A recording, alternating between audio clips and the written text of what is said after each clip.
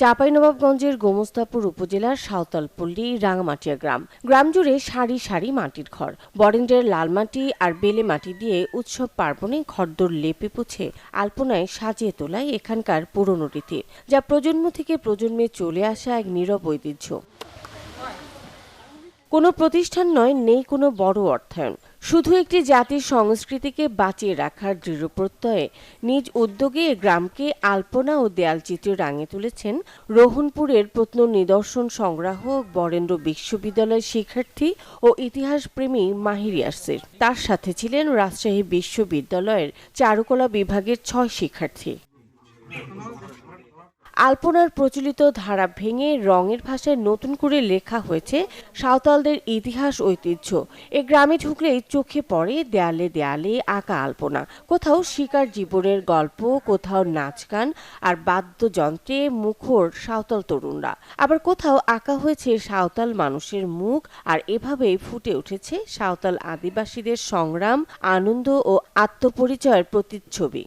আমার যে উদ্দেশ্য এই আলপনা গ্রামের বা এই সাঁওতালপল্লীকে নতুনভাবে আলপনা দিয়ে রাঙিয়ে তোলার, এটার প্রধান উদ্দেশ্য হচ্ছে যে তাদের কৃষ্টি কালচার সম্বন্ধে মানুষেরা যেন জানতে পারে এবং তারাও যেন এই বিষয় সম্বন্ধে সচেতন হয় যে এই আলপনাগুলো করলে তারা তাদের জীবনযাত্রাগুলোকে দেওয়ালের মাধ্যমে ফুটিয়ে তুলতে পারে এবং বাইরের মানুষ বা বিভিন্ন গবেষক এইসব নিয়ে গবেষণা করতে পারে বা তারা এসব বুঝতে পারে।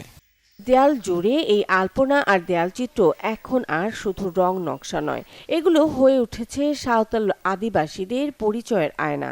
এই যে দেওয়ালগুলোতে যে ছবি আঁকা আছে, এগুলোর মধ্যে আমরা আমাদের আগের যে ইতিহাসগুলো রয়েছে সেগুলো আমরা দেখতে পাচ্ছি। এই ছবিতে আমরা আমাদের জীবন দেখি, নাচ, বর্ণ, আমাদের সংস্কৃতি ইত্যাদি। এই দেওয়াল চিত্রটা শুধু চিত্র নয়, এটি আমাদের পূর্বপুরুষদের পরিচয় বহন করে। এই চিত্র দেখতে পাই আমরা অনেক আমাদের আদিম যুগের সেই সাংস্কৃতিক ঐতিহ্য তুলে ধরা হয়েছে। মাটি দিয়ে লেপতাম, লাল মাটি দিয়ে, সাদা মাটি দিয়ে লেপতাম।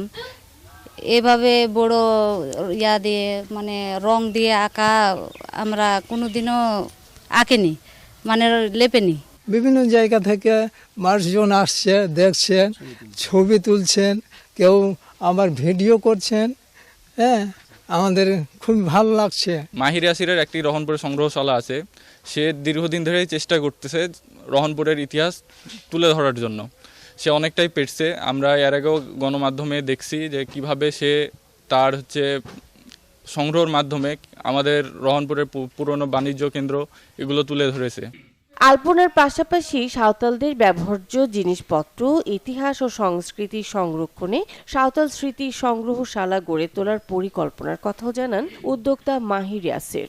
তাদের আদিম যে সংস্কৃতিগুলো, এগুলোকে মোটামুটি দেওয়ালে ফুটিয়ে তোলার চেষ্টা করেছি, যেমন শিকার করা বা বিভিন্ন তাদের পার্বণের যে তারা অন্য ধরনের পোশাক আশাক পরতেন, এসব জিনিসগুলো, উৎসবের যে তাদের আমেজটা, এসব ফুটিয়ে তোলার চেষ্টা করেছি। বাংলাদেশের একমাত্র পরিপূর্ণ আলপনা গ্রাম হিসেবে তৈরি করার চেষ্টা করছি।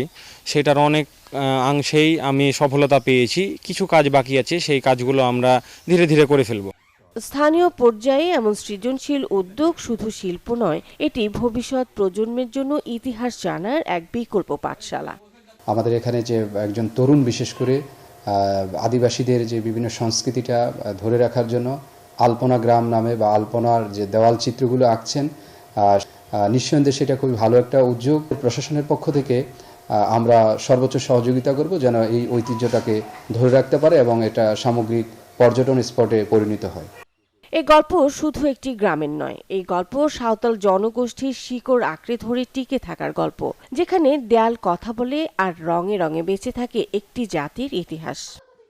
Desk report, channel 24।